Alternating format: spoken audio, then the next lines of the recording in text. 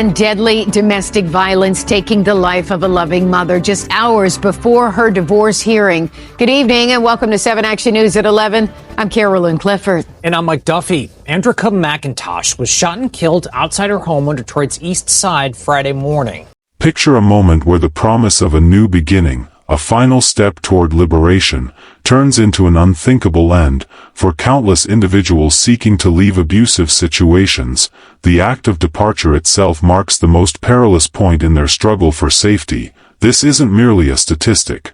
It is a critical reality, one that transforms hope into unforeseen peril for many, making the very act of seeking independence the most dangerous phase of all. We ask the piercing question: how did one woman's pursuit of a brighter future transform into a final, tragic moment, and what does her story reveal about the grave dangers lurking on the threshold of freedom?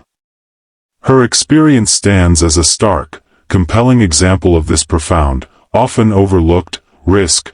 This true crime investigation will explore a real-life case of profound loss, offering critical insights. To understand this urgent truth, stay with us. And if you believe stories like this can raise essential awareness, consider giving this video a like. Welcome to True Crime Footprint, where we unveil the darkest mysteries and the most chilling true crime tales. If you crave real-life crime stories that will keep you on the edge of your seat, you are in the right place. Kindly subscribe to this channel and turn on the notification bell, so you never miss any of our new stories. Your support keeps these stories alive. This story takes us to Detroit, Michigan, the Motor City, famous for its automotive legacy and Motown sounds, a vibrant hub of culture and resilience. Yet, this dynamic city also faces persistent struggles. Detroit continues to grapple with high rates of violent crime, particularly gun violence, a challenging reality within which this true story tragically unfolded. Before the headlines, before the date etched into memory, Andria Sims was, at her very essence, a mother. Her world, her purpose, centered on her 7 children, a devotion deeply felt by all who knew her, painting a picture of immense love and sacrifice. Her sister, Kenesha, warmly described her as a person of great heart, someone who embraced everyone with kindness, a spirit echoed by her daughter Sonia, who lovingly recalled a very caring, open, and giving individual, cherishing memories like their shared joy swimming at Metro Beach.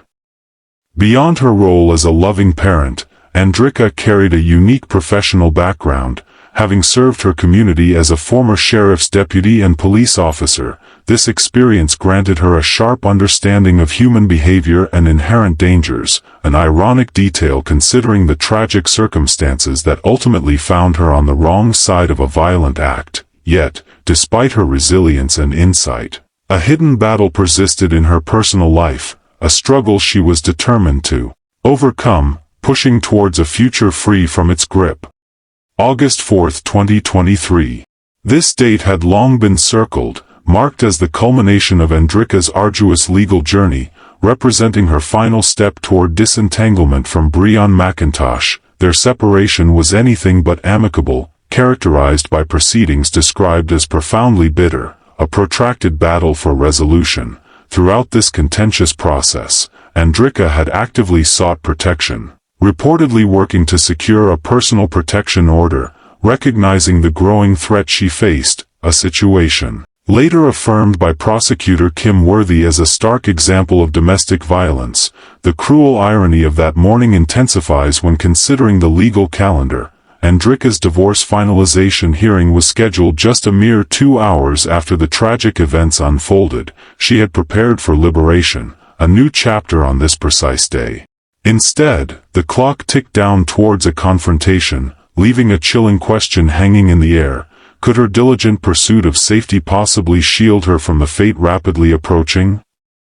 The quiet of a Detroit morning, just before 8 a.m., on August 4th, shattered abruptly along the 6,000 block of Gunston Street.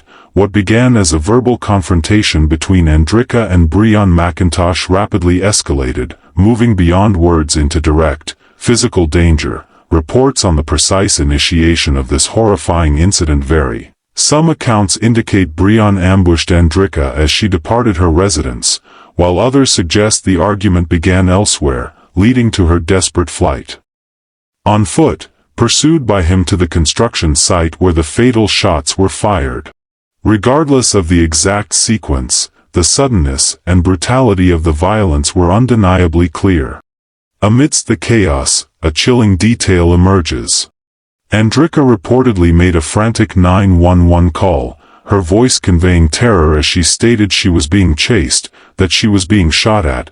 This desperate plea for help, broadcast in real time, underscored the extreme peril she faced. As officers raced to the scene, Detroit Police Chief James White later confirmed they could hear gunshots as they approached. Help was indeed arriving, but tragically, it was not soon enough.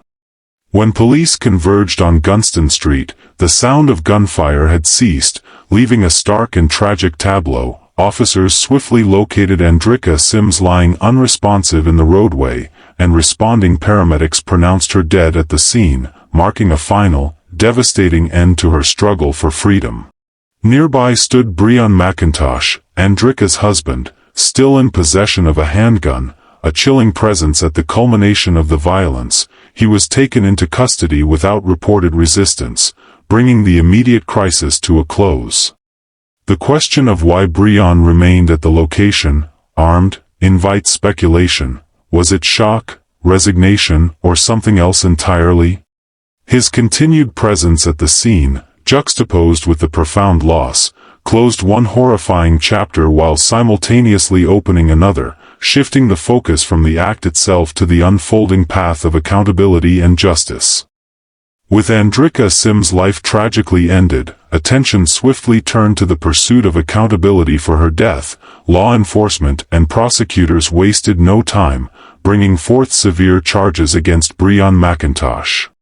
Premeditated first-degree murder alongside felony firearm possession, underscoring the perceived gravity and intent behind the act. Just 2 days later, at his arraignment in the 36th District Court, Macintosh entered a plea of not guilty, thus initiating a formal legal battle and setting the stage for future proceedings, including a probable cause conference and a preliminary examination scheduled for later that same August. Police say when they arrived, her husband was standing over her with a gun in his hand. 7 Action News reporter Brett Cast is outside the courthouse where the suspect was formally arraigned. Brett?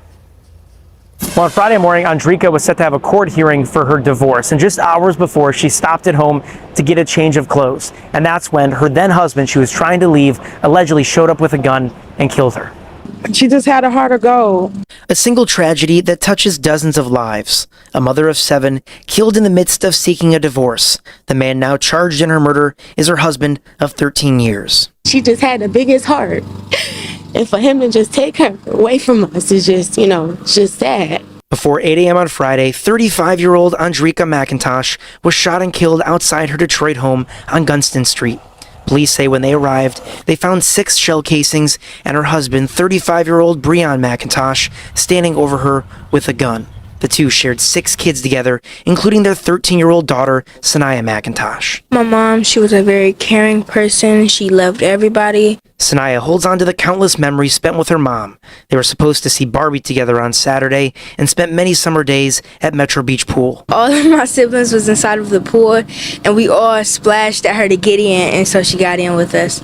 Andria's murder is the 8th domestic homicide in Wayne County this year. We have a lot of people victimizing people that they at one point purported to love. Detroit Police Chief James White says the city is also facing this issue. When you talk about intimate partner violence, we're seeing a slight uptick, but the level of violence is up, right? Where it's going from assaults to fatality. As Andria's family grieves, they say her death could have been prevented and hope something will change so others don't go through the same thing. It really needs to stop. It's crazy. I feel like these men is not thinking about the life that they're leaving behind, and they're not thinking about their children when they take their mother. Beyond the courtroom's unfolding drama, Andria's profound absence left an immense void in her family.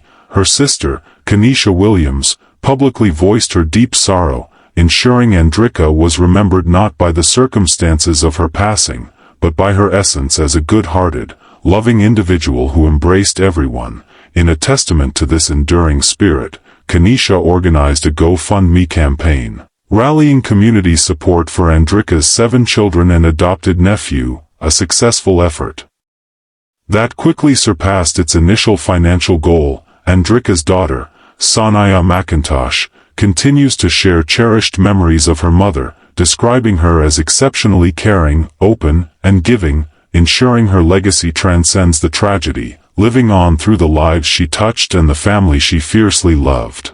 She was a very caring person. She was lovable, she was open, she was very open, and she was very giving. Her name was Andria Macintosh. She was a year younger than me. I love my little sister. She was just, her heart was everything. Andria Sims' story, though heartbreakingly personal, serves as a profound window into a pervasive, often silent crisis affecting communities across Michigan: domestic violence. Prosecutor Kim Worthy highlighted this chilling reality, identifying Andrica's death as the 8th domestic violence homicide in Wayne County for 2023 alone, emphatically stating the period when individuals attempt to separate from abusive partners represents the gravest danger they will ever encounter. This alarming trend underscores critical gaps in protection, prompting renewed calls for legislative action regarding firearm possession by convicted abusers. Data further reveals the disproportionate impact of this violence, with concerning rates affecting Black women in Detroit, painting a stark picture of vulnerability. So, we must ask, how many more tragedies like Andrica's will it take before society sees significant, transformative change?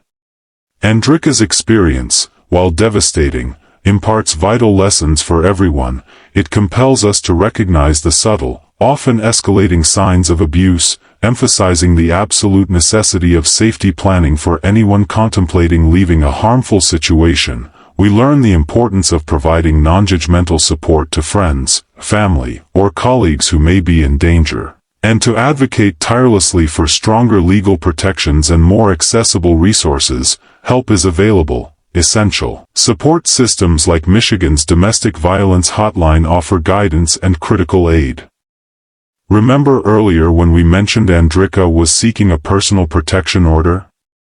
Go back and consider that crucial step again, now understanding the extreme danger inherent in leaving and the vital importance of every protective measure taken. Andria Sims' story stands as a heartbreaking testament to the profound perils faced by those seeking freedom from abusive relationships, a stark reminder that the desire for a new beginning can tragically lead to an unforeseen end. Her life, vibrant and filled with love, was cut short on the very day she envisioned peace, exposing the critical and often fatal vulnerabilities inherent in leaving. As the legal process for her case continues, the larger fight against domestic violence persists, demanding our collective attention and action. Every individual story like Andria's serves not only as a remembrance of a life lost but also as an urgent call for increased awareness, proactive support, and systemic change.